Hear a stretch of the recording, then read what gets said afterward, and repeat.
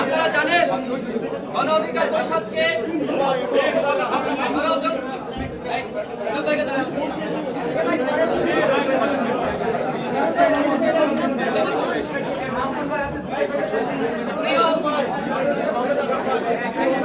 সবাই silent. Quiet, quiet.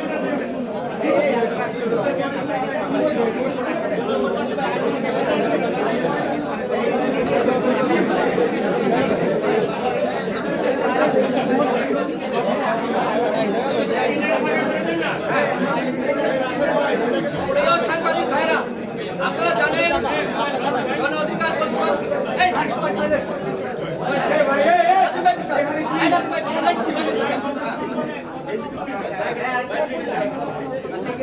সাংবাদিক ভাইরা, আপনারা জানেন যে গণ অধিকার পরিষদকে ষড়যন্ত্রমূলকভাবে নিবন্ধন দেয়া হয়েছিল না।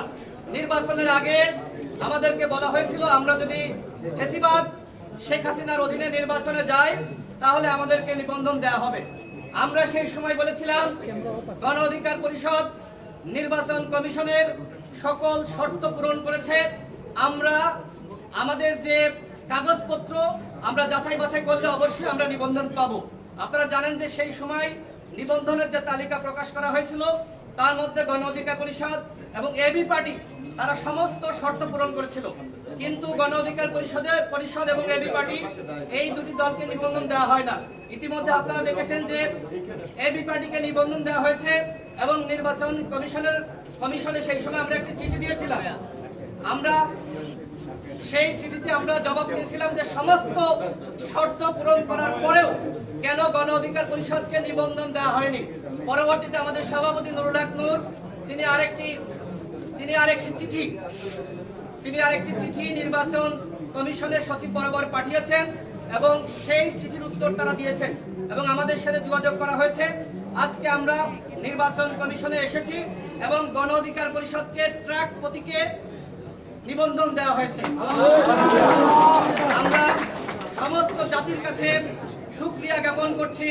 আমরা দেশের মানুষকে ধন্যবাদ জানাচ্ছি যে গণ অধিকার পরিষদ সেই 2018 সালের কোটা সংস্কার আন্দোলন থেকে যেভাবে দেশের মানুষের কল্যাণে কাজ করে গিয়েছে, গণ অধিকার পরিষদ আজকে নিবন্ধন পেয়েছে।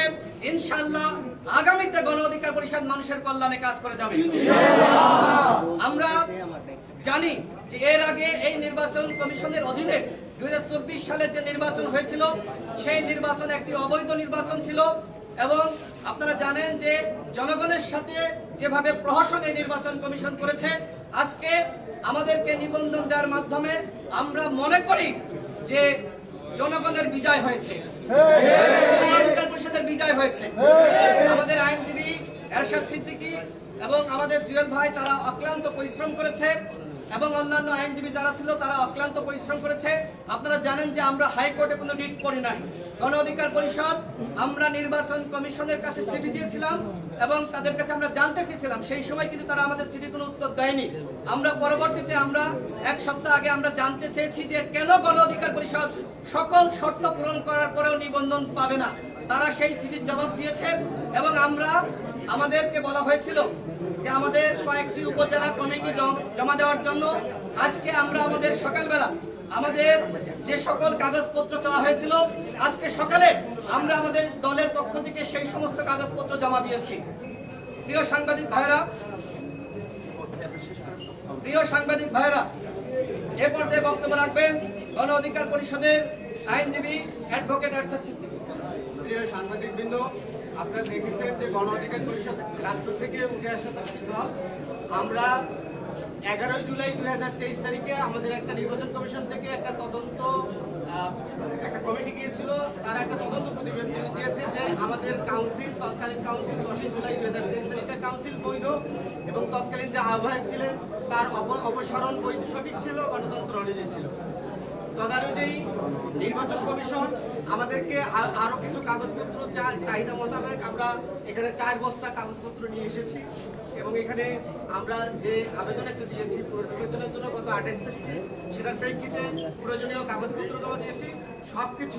সকল কাগজপত্র, আমি আবারও বলছি, সকল কাগজপত্র যাচাই বাছাই এবং শর্তাবলী প্রতিপালন সাপেক্ষে নির্বাচন কমিশন নিবন্ধন দিয়েছে।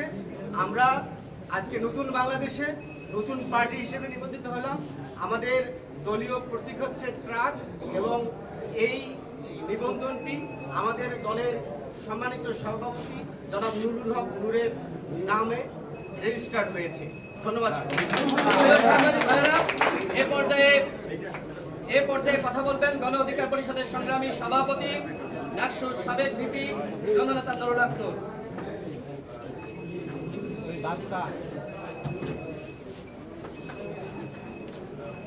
সাংবাদিক ভাই বোনদেরকে শুভেচ্ছা জানাচ্ছি। আপনারা জানেন যে গণ অধিকার পরিষদ, যার সংক্ষিপ্ত নাম ইংরেজি থেকে জিওপি, গণ অধিকার পরিষদ জিওপি নামে আজকে আমাদেরকে নির্বাচন কমিশন আমাদের যে তথ্যের যে ঘাটতি ছিল বা তাদের যেটা প্রয়োজন ছিল সেটা পূর্ণতা সাপেক্ষে আজকে নিবন্ধন প্রদান করেছে। আমরা নির্বাচন কমিশনকে ধন্যবাদ জানাই। তাদের বিরুদ্ধে, এই নির্বাচন কমিশনের বিরুদ্ধে অনেক অভিযোগ ছিল, এখনো আছে। তারা এই 24 সালের ভুয়া নির্বাচনে তারা সরকারের সহযোগী ছিল। বাস্তব কথা, বিগত 15 বছরে যেভাবে ফ্যাসিবাদ রাষ্ট্রের সমস্ত প্রতিষ্ঠানগুলোকে দখল করেছে, সেখানে প্রতিষ্ঠানের মধ্যে থেকে অনেকের জন্য কাজ করাটা কিছুটা অসম্ভব ছিল, এটা সত্য। তার মধ্যেও নির্বাচন কমিশন একটা সাংবিধানিক প্রতিষ্ঠান, তাদের স্বকীয়তা এবং স্বতন্ত্রতা রয়েছে কাজে। তারা চাইলে স্বাধীন সিদ্ধান্ত নিতে পারত। বিশেষ করে আপনারা জানেন যে গত বছর নির্বাচন কমিশনে 92টি রাজনৈতিক দল নিবন্ধনের জন্য আবেদন করে। তার মধ্যে 2টো রাজনৈতিক দল, গণ অধিকার পরিষদ এবং এবি পার্টি, সমস্ত শর্ত পূরণ করায় তাদেরকে নির্বাচন কমিশন নিবন্ধনের জন্য তাদের বিবেচনায় রাখে। কিন্তু তৎকালীন সরকারের গোয়েন্দা সংস্থা এবি পার্টি এবং গণ অধিকার পরিষদকে নিবন্ধন দিতে নিষেধ করায় নির্বাচন কমিশন আসলে নিবন্ধন দেয়নি। এমনকি আমরা ধারাবাহিকভাবে যে আমাদের কার্যক্রমগুলো করে আসছি, আমরা যে গত 28শে অগস্ট আমরা পুনর্বিবেচনার জন্য একটা দরখাস্ত দিয়েছিলাম, সেখানে আমাদের ক্রোনোলজি কিছু কথা আপনাদেরকে একটু জানাচ্ছি। সেখানে আমরা বলছিলাম যে গত 26/5/2022 সালে রাজনৈতিক দলসমূহের নিবন্ধনের নিমিত্তে যে গণবিজ্ঞপ্তি জারি করা হয়েছিল, সেটার প্রেক্ষাপটে আপনার আরপিওর সকল শর্ত পূরণ করে গণ অধিকার পরিষদ 30/10/2022 সালে গণ অধিকার পরিষদের মিটিংয়ের অথরিটি নিয়ে গণ অধিকার পরিষদের সদস্য সচিব হিসেবে আমি মোহাম্মদ নুরুল হক নূর নির্বাচন কমিশনে নিবন্ধনের জন্য আবেদন করি।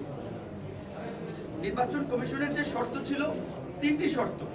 এই যেহেতু নিবন্ধনের বিষয়টি আপনার 111-এর সময় বা 1/11 সরকারের সময় সিদ্ধান্ত হয়, তো কাজেই সেই সময় অনেকগুলো শর্তের মধ্যে একটি শর্ত ছিল যে কোনো সাবেক সংসদ সদস্য থাকা কিংবা কোনো নির্বাচনে অংশ নিয়ে একটা নির্দিষ্ট ভোটের হার। 3 নম্বর শর্ত ছিল যে 1/3 জেলা কমিটি এবং 100 উপজেলা কমিটি। তো আমরা যেহেতু নির্বাচনে অংশ নিতে পারি নাই, সাবেক এমপিও বলতে গেলে নাই, আর এটা শুধুমাত্র প্রথমবারের জন্য প্রযোজ্য ছিল। বর্তমান প্রেক্ষাপটে নির্বাচন কমিশন 1/3 জেলা এবং শতাধিক উপজেলা কমিটির কার্যকারিতা এবং প্রত্যেকটা উপজেলায় 200 সমর্থক সহ সেটি বিবেচনা করছে। সেই জায়গা থেকে আমরা 114টা উপজেলার তালিকা নির্বাচন কমিশনে দিয়েছিলাম। আমরা 28টা জেলা কমিটির তথ্য নির্বাচন কমিশনে দিয়েছিলাম, যদিও আমাদের জেলা কমিটি রয়েছে 56টা এবং সমস্ত উপজেলায় মোটামুটি কার্যক্রম আছে। সক্রিয় রাজনৈতিক দল হিসেবে আপনারা গণমাধ্যম সবাই জানেন। কিন্তু আমরা নিবন্ধনের আবেদন করার পরে আমরা নিবন্ধন পাইনি। মূলত নিবন্ধন না দেওয়ার জন্য তারা আপনার বিভিন্ন ধরনের অজুহাত দেখিয়েছিল। তো তারই প্রেক্ষাপটে আমরা আপনার 11/7/2023 তারিখে গণ অধিকার পরিষদের আপনার কার্যক্রম এবং কার্যালয় যাচাইয়ের জন্য নির্বাচন কমিশন থেকে একটা তদন্ত করে। সেই তদন্ত কমিটি স্পষ্টভাবেই প্রতিবেদন দিয়েছিল যে গণ অধিকার পরিষদের যে আপনার এখানে তার প্রতিবেদনের শেষ অংশটি ছিল এইরকম যে নির্বাচন কমিশনের একজন উপসচিব আইন শাখার দায়িত্বে, যিনি একজন জেলা ও দায়রা যুগ্ম জজ, অতিরিক্ত জজ, তার প্রতিবেদনে ছিল এরকম: শেষে যে বর্ণিত রাজনৈতিক দল নির্বাচন কমিশনে আবেদনের সাথে কেন্দ্রীয় আহ্বায়ক কমিটি দাখিল করেছে। 1 জুলাই 2023 সালে দলের জরুরি সভায় গঠনতন্ত্র অনুযায়ী আহ্বায়ককে অপসারণ করার ফলে বর্ণিত আহ্বায়ক কমিটি বর্তমানে অস্তিত্বহীন এবং অকার্যকর। বর্ণিত কাগজপত্র ও গঠনতন্ত্র পর্যালোচনায় উক্ত দলের আহ্বায়ক ডক্টর রেজা কিবরিকে অপসারণ করার প্রক্রিয়াটি নিয়মতান্ত্রিক ও গঠনতান্ত্রিক ছিল এবং 10 জুলাই 2023 তারিখে দলের জাতীয় কাউন্সিলে নির্বাচিত কেন্দ্রীয় কমিটি গঠনতান্ত্রিক এবং কার্যকর মর্মে কমিটির কাছে প্রতীয়মান হয়। এইটা গত বছর নির্বাচন কমিশনের তদন্ত প্রতিবেদন ছিল। তারপরেও কিন্তু আমাদেরকে নিবন্ধন দেওয়া হয় নাই। সর্বশেষ আমরা 25/7/2023 তারিখে আমাদের নিবন্ধন পুনর্বিবেচনার জন্য নির্বাচন কমিশনের কাছে আবেদন জানাই। তারপরেও কিন্তু তারা আমাদেরকে আপনার নিবন্ধন দেয়নি। তারপরে আমরা যেহেতু এই বর্তমান ফ্যাসিস্ট সরকারের পতনের পরে রাষ্ট্রীয় প্রতিষ্ঠানগুলো তাদের মতো সক্রিয়ভাবে কার্যক্রম করছে, তারা জনগণের আশা আকাঙ্ক্ষাকে ধারণ করে এগিয়ে যাচ্ছে। আমরা গত 28 তারিখ এবি পার্টির নিবন্ধন প্রাপ্তির পর আমরা আমাদের, যেহেতু আমরা কোর্টে যাইনি, আমরা নির্বাচন কমিশনের কাছেই আমাদের আবেদনটি পুনর্বিবেচনার আহ্বান জানাই। নির্বাচন কমিশন সমস্ত তথ্য এবং সবকিছু পর্যালোচনা করে তারা নীতিগতভাবে সিদ্ধান্ত নিয়ে আমাদেরকে নিবন্ধন দিয়েছে। সাংবাদিক ভাইদেরকে, বিশেষ করে দেশের মানুষকে একটা বিষয় আমরা পরিষ্কার করতে চাই। আপনারা জানেন যে গত সরকার কিভাবে রাজনীতিবিদদেরকে কোরবানির গরু ছাগলের মতো কিনে নির্বাচনে নিয়েছিল, নানান ধরনের আর্থিক সুযোগ সুবিধা প্রলোভন দেখিয়ে নির্বাচনে জোর করে এক প্রকার নিয়েছিল। সেই আমাদের বিখ্যাত মেজর জেনারেল সাহেবের কথা আপনারা জানেন, আপনারা বীরুত্তম সাহেবের কথাও জানেন, আমি আর নাম বলতে চাই না, এই সমস্ত লোকদের কথা আপনারা জানেন।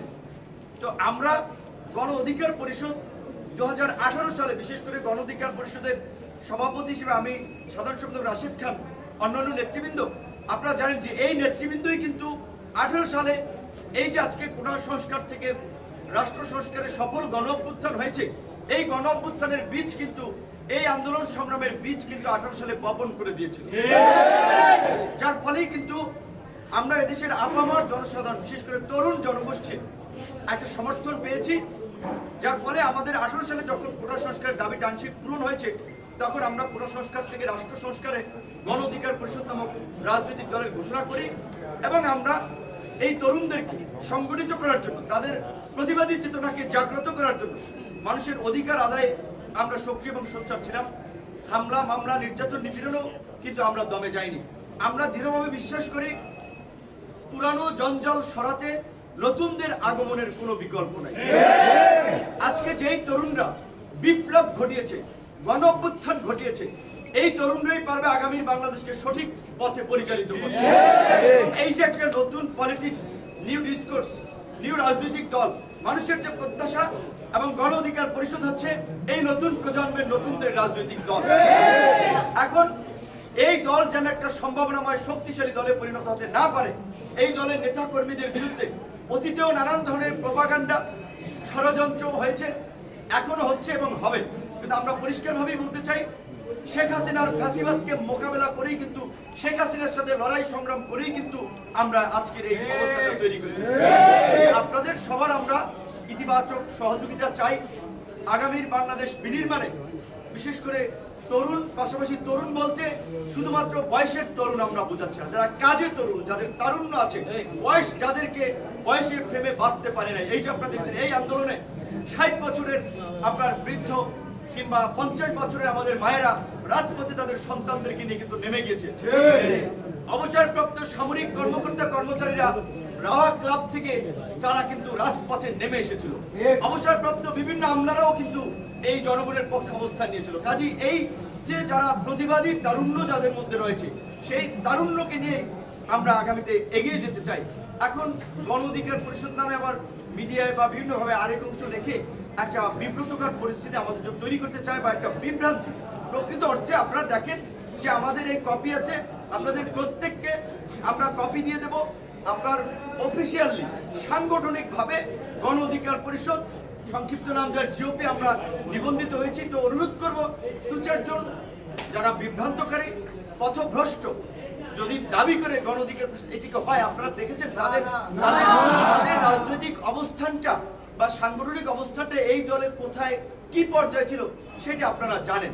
যেমন বিএনপি ভেঙে নির্বাচনের আগে তৃণমূল বিএনপি করিয়েছিল, আপনারা দেখেছেন। আবার কাছাকাছি একটা নামের মার্কা দিয়েছিল কি পাটের আঁশ, আর ওইদিকে ধানের শীষ।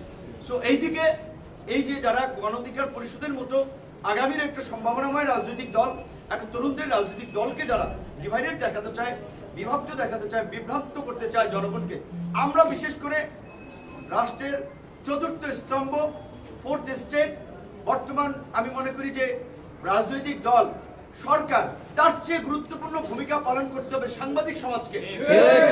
সেই সাংবাদিক সমাজের কাছে আমরা আন্তরিকভাবে সহযোগিতা চাই এবং আমরা এইটুকু বলবো, এই যে পরিবর্তনের একটা আওয়াজ উঠেছে, পরিবর্তনটার সময়ের ডিমান্ড, পরিবর্তন হবে, এইখানে গুরুত্বপূর্ণ ভূমিকা পালন করতে হবে সাংবাদিকদেরকে।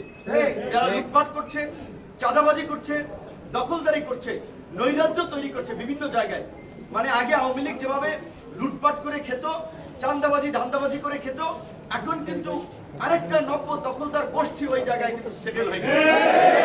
আপনি সেটা পরিবহন খাতের দিকে তাকান, যেমন দেখবেন পরিবহন খাতের মাফিয়া ছিল এই শাহজাহান খান, এনায়েতুল্লাহরা, তারা যেই অফিসে বসে চাঁদা তুলত, যেই পরিবহনগুলো জনগণের মানুষের কাছ থেকে নিয়ে তারা নিয়ন্ত্রণ করতো, এখন কিন্তু সেগুলো আবার একটা সেটআপ কিন্তু বসে গেছে, শুধু পরিবহন খাতে না, বিভিন্ন জায়গায়।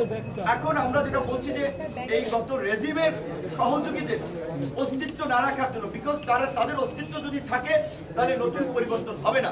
কিন্তু দেখেন আজকে 82 জন সচিব রয়েছে, সারা দেশে লক্ষ লক্ষ সরকারি কর্মকর্তা কর্মচারী রয়েছেন, সবাই কিন্তু ফ্যাসিবাদের দোষর ছিলেন না। কাজী সবাইকে ঢালাওভাবে ট্যাগ দেওয়া, ঢালাওভাবে অভিযুক্ত করে সব মানুষকে বিপক্ষে দাঁড় করিয়ে দেবেন না। এটা যারা করছেন এই বিষয়ে সতর্ক থাকবেন। আমাদের কথা পরিষ্কার, যাদের স্পেসিফিক সুনির্দিষ্ট অপরাধ রয়েছে তাদের বিরুদ্ধে পদক্ষেপ নিতে হবে। ঢালাওভাবে কাউকে হয়রানি করা, চাকরিচ্যুত করা, এইটা করা যাবে না। এবং দেশকে সচল করার জন্য এই মুহূর্তে দুটো বিষয় আমাদের সবচেয়ে গুরুত্বপূর্ণ এবং জরুরি। প্রথম দিন থেকে আমরা বলে আসছি, এখনো আমরা বলছি, প্রথম হচ্ছে আইন শৃঙ্খলা পরিস্থিতি স্বাভাবিক করা। এখনো পুলিশকে স্বাভাবিক কার্যক্রমে ফেরানো যায় নাই। স্বরাষ্ট্র উপদেষ্টা অনতিবিলম্বে অন্যান্য স্টেক হোল্ডারদের সাথে আলোচনা করে পুলিশকে স্বাভাবিকভাবে ফাংশনিং করতে হবে। দ্বিতীয়ত, দেশের অর্থনীতিকে সচল রাখার জন্য আমরা পরিষ্কারভাবেই বলছি, কোনো ব্যবসায়ী যদি আওয়ামী লীগের সহযোগী হয়ে থাকে, সে যদি অপরাধ করে থাকে, অর্থ পাচার, লুটপাট করে থাকে, আইনের আলোকে তার বিরুদ্ধে বিচার হবে। কারো এখতিয়ার নাই কারো মিল ফ্যাক্টরি জ্বালিয়ে দেওয়ার, কারো এখতিয়ার নাই কোনো অফিস দখল করার। এইটা আমরা ছাত্র জনতা সম্মিলিতভাবে আমরা এইটার জন্য আমরা কথা বলবো এবং ভুক্তভোগীদের কেউ যদি অন্যায়ভাবে কোনো ভুক্তভোগী হয়ে থাকেন আমরা পাশে থাকবো। সর্বশেষ যেটা আজকের আমাদের এই রাজনৈতিক দল গণ অধিকার পরিষদের নিবন্ধন প্রাপ্তিতে আমরা দেশবাসীকে শুভেচ্ছা এবং অভিনন্দন জানাচ্ছি, আল্লাহর কাছে কৃতজ্ঞতা প্রকাশ করছি। নির্বাচন কমিশনকেও আমরা ধন্যবাদ জানাচ্ছি যে তারা গণ অধিকার পরিষদের মতো একটা উদীয়মান সম্ভাবনাময় দল সকল শর্ত পূরণ করার পরেও এতদিন তারা বিগত সরকারের প্রেসারে নিবন্ধন আটকে রেখেছিল। আজকে আনুষ্ঠানিকভাবে সচিব মহোদয় এবং আইন সচিব তারা দুজনের উপস্থিতিতে আনুষ্ঠানিকভাবে গণ অধিকার পরিষদকে ট্র্যাক প্রতীকে নিবন্ধন দিয়ে তারা আমাদের হাতে চিঠি তুলে দিয়েছে। আমরা তাদেরকে ধন্যবাদ জানাই। দেশের আপামর জনসাধারণকে আমরা এটা বলতে চাই, আজকে যে রাষ্ট্র সংস্কার প্রয়োজন এইটা কিন্তু আমরা আজকে উপলব্ধি করি। আমরা কিন্তু 21 সালে আমাদের দলের ঘোষণাপত্রে আমরা বলেছিলাম যে এই রাষ্ট্রের সংস্কার প্রয়োজন। দুর্বৃত্তায়িত রাজনীতির বিপরীতে একটা ইতিবাচক সৃজনশীল পলিটিক্স দরকার। বিভাজনের বাইরে এসে জাতীয় ঐক্য সংহতির রাজনীতি প্রয়োজন। গণ অধিকার পরিষদের যে স্লোগান, জনতার অধিকার আমাদের অঙ্গীকার, জনতা, এই যে জনগণের রাষ্ট্র প্রতিষ্ঠা করা কিংবা রাজনৈতিক দলগুলো যে জনগণের অধিকার বাস্তবায়নে কাজ করা উচিত, এটা এই বিপ্লবের পরে আমরা এটা বুঝতে পারি নাই। কিন্তু আমরা 21 সালেই কিন্তু এই স্লোগান নির্ধারণ করে দিয়েছি। আমাদের যে 4টি মূলনীতি, গণতন্ত্র, ন্যায় বিচার, অধিকার, জাতীয় স্বার্থ, আমরা গণতন্ত্রের প্রাতিষ্ঠানিক রূপদান করার জন্য রাজনৈতিক দলগুলো যে নিজেদের মধ্যে গণতান্ত্রিক চর্চা নাই সেজন্য আমরা বারবার বলেছি কিন্তু রাজনৈতিক দলে গণতন্ত্র থাকতে হবে। এবং আপনারা দেখেছেন গণ অধিকার পরিষদই একমাত্র রাজনৈতিক দল যেটা আমি মনে করি আহ্বায়ক কমিটির পরে সফল কাউন্সিল করে আজকে একটা পূর্ণাঙ্গ কমিটি গঠন করেছে এবং যার সহযোগী ভ্রাতৃপ্রতিম সংগঠন যুব অধিকার পরিষদ, ছাত্র অধিকার পরিষদ, শ্রমিক অধিকার পরিষদ, দেশের বাইরের প্রবাসীদের নিয়ে প্রবাসী অধিকার পরিষদ, পেশাজীবী অধিকার পরিষদ, সব জায়গায় গণতান্ত্রিক প্রক্রিয়ায় কিন্তু নেতৃত্ব নির্বাচিত হচ্ছে। আমরা 2 নম্বরে মূলনীতিতে ন্যায় বিচারের কথা বলছি, কারণ এই দেশে বিচারের নামেই সবচেয়ে অবিচার হয়। এখন পর্যন্ত আমাদের দেশে উচ্চ আদালতে বিচারক নিয়োগের কোনো সুনির্দিষ্ট নীতিমালা নাই, যার ফলে যখন আওয়ামী লীগ আসে তাদের পছন্দের লোককে বিচারপতি হিসেবে অ্যাপয়েন্টেড করে, বিএনপি আসে, অন্য লোক দল আসে, তাদের পছন্দের লোককে বিচারপতি হিসেবে অ্যাপয়েন্টেড করায় ন্যায় বিচার বিঘ্নিত হয় এবং আদালতের পূর্ণাঙ্গ স্বাধীনতা না থাকায় নির্বাহী বিভাগের একটা হস্তক্ষেপ সবসময় থাকে। সেই কারণে আমরা বলছি সমাজের সর্বস্তরে ন্যায় বিচার নিশ্চিত করতে হবে। আমাদের যে 3 নম্বর মূলনীতি অধিকার, আমরা পরিষ্কারভাবেই বলেছি এই দেশে হিন্দু, বৌদ্ধ, খ্রিস্টান, বিভিন্ন ধর্ম, বর্ণ, মত পথের মানুষ বাস করে। সকলের অধিকার প্রতিষ্ঠায়, সকলের অধিকার সুরক্ষায় গণ অধিকার পরিষদ অঙ্গীকারাবদ্ধ। গণ অধিকার পরিষদের এই রাজনৈতিক দলের সাতার নিচে এসে যেন সমস্ত মানুষ যেন নিরাপদ বোধ করে, সেই কারণে আমরা 3 নম্বর মূলনীতিতে আমরা অধিকারকে রেখেছি। 4 নম্বর মূলনীতিতে আমরা জাতীয় স্বার্থের কথা রেখেছি, কারণ আপনারা সবাই শুনেছেন আওয়ামী লীগের আমলে তারা বলছে বিএনপি ভারতকে গ্যাস দেওয়ার চুক্তি করে ক্ষমতা এসেছিল।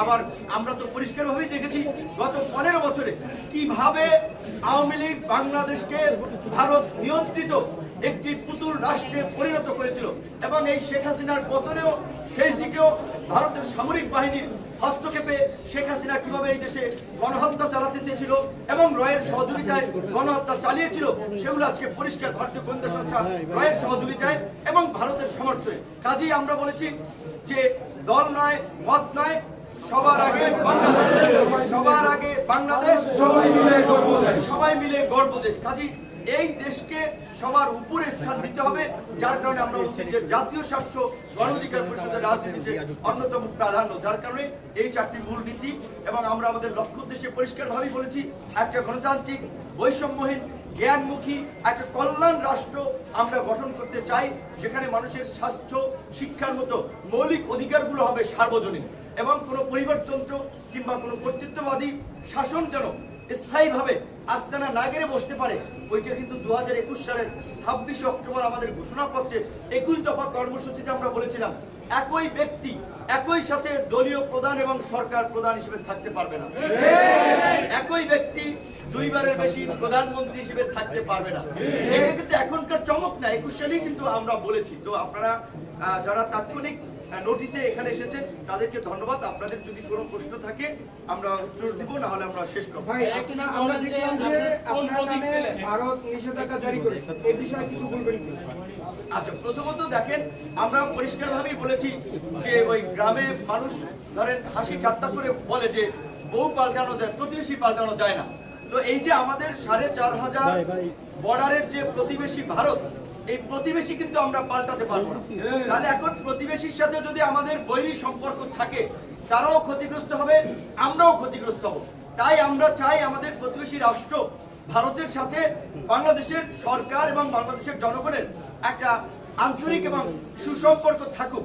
কিন্তু আমরা দেখেছি ভারতের শাসক গোষ্ঠী সবসময়ই বাংলাদেশকে তারা নিয়ন্ত্রণ করতে চায়, দাবিয়ে রাখতে চায়, বাংলাদেশের উপরে ছড়ি ঘোরাতে চায়।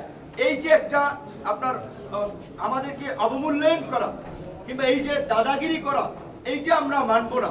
তো ভারতের শাসক গোষ্ঠী যদি তাদের রাষ্ট্রীয় পলিসির এই দাদাগিরি পলিসি পরিহার করে, এই কর্তৃত্ববাদী ছড়ি ঘুরানোর রাষ্ট্রীয় নীতি পরিহার করে বন্ধু সুলভ আচরণ করে, বন্ধুত্বের সম্পর্ক করতে চায়, আমরা তাদের সাথে সম্পর্ক এগিয়ে নেব, আমরাও তাদের সাথে বন্ধুত্বের সম্পর্ক গড়ে তুলব। কিন্তু এই যে আপনাদের মাধ্যমেই আমরা জানতে পেরেছি যে বাংলাদেশের বেশ কয়েকজন ছাত্র নেতাকে নাকি ভারতের নিষেধাজ্ঞা দিয়েছে, কথাটি কতটুকু সত্য আমরা ভারতের ফরেন মিনিস্ট্রির মাধ্যমে জানতে পারলে ভালো হতো। কিন্তু ইতিমধ্যেই কিছু নজির আমাদের সামনে রয়েছে। যেমন আপনারা জানেন অভিনেত্রী বাঁধন আমার সাথে 4টা ছবি থাকার কারণে সে নাকি ইন্ডিয়ান আপনার ভিসা পায় নাই, যেটা সে আমার সাথে পার্সোনালিও বলেছিল।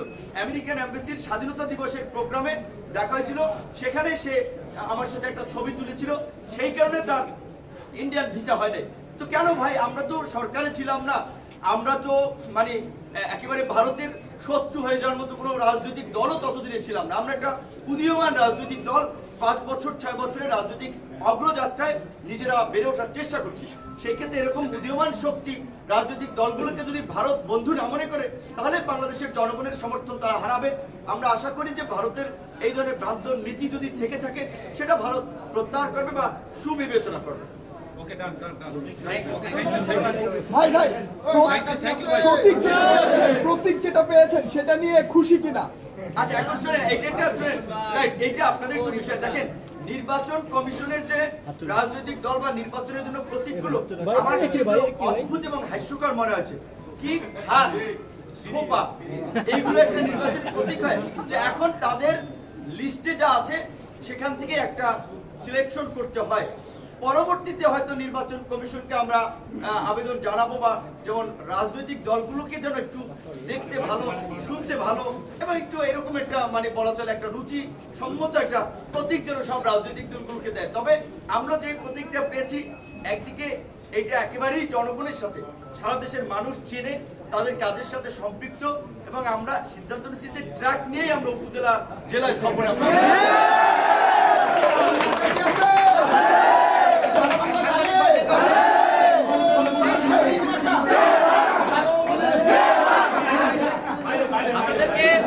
আপনাদেরকে অসংখ্য ধন্যবাদ।